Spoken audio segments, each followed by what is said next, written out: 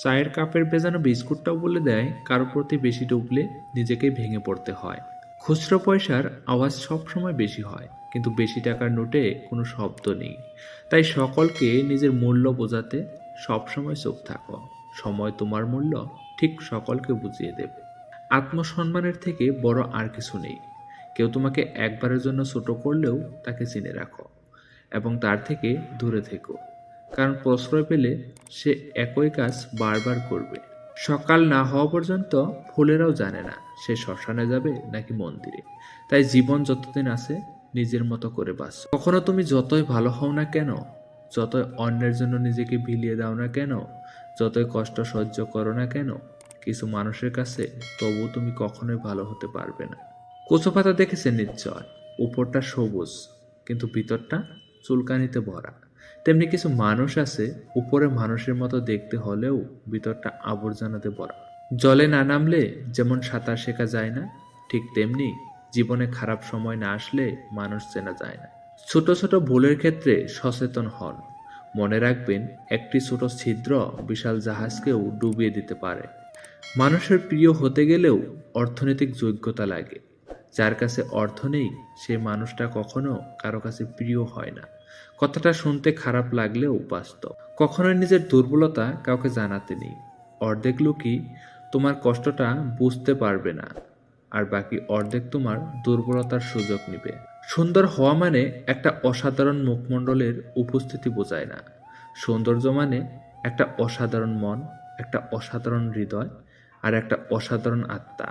যার কাছে এই তিনটে আছে সেই প্রকৃত সুন্দর। ভুল ট্রেনে যদি উঠে পড়ো, পরের স্টেশনে নেমে যাও, কারণ ট্রেন যত দূরে যাবে তোমার ফেরার কষ্টটাও তত বেশি হবে।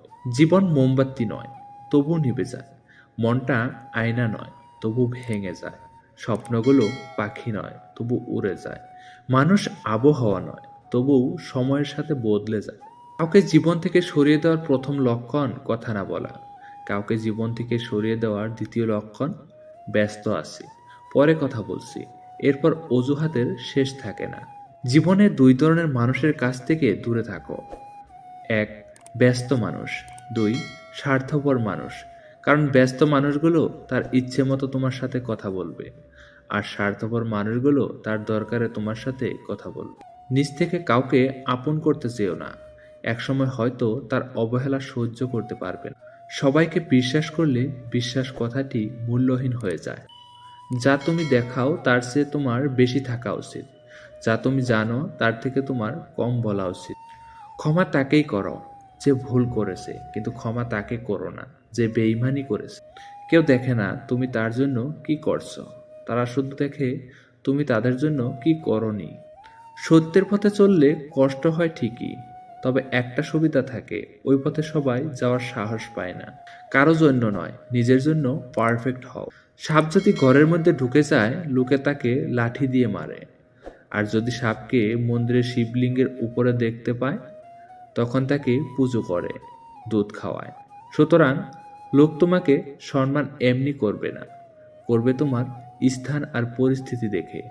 খাবার যতই দামি হোক, পচে গেলে তার কোনো মূল্য থাকে না। তেমনি শিক্ষা যতই থাকুক, মনুষ্যত্ব না থাকলে তার কোনো মূল্য নেই। জীবনের 6টি নীতি। 1, প্রার্থনা করার আগে বিশ্বাস করো। 2, কথা বলার আগে শোনো। 3, খরচ করার আগে উপার্জন করো। 4, কিছু লেখার আগে চিন্তা করো। 5, হাল ছাড়ার আগে চেষ্টা করো। 6, মরার আগে বাঁচতে শেখো। শারীরিক সৌন্দর্য নিয়ে কখনোই গর্ব করবেন না, কারণ তা আপনার সৃষ্টি নয়। বংশ নিয়েও গর্ব করবেন না, কারণ সেটা আপনি নির্বাচন করেননি। গর্ব করবেন উন্নত চরিত্র নিয়ে, যা নিজে গঠন করেছেন। মানুষ অন্যের দোষ দেখতে পেলে বিচারপতি হয়ে যায়, আর নিজের দোষ ঢাকার জন্য উকিল হয়ে যায়। সাপ তার বিষ নিজের দাঁতে রাখে, কুকুর তার বিষ জিভে রাখে, কাকড়া বিছা তার বিষ লেজে রাখে, কিন্তু মানুষ একমাত্র প্রাণী যে কিনা বিষ নিজের অন্তরে রাখে।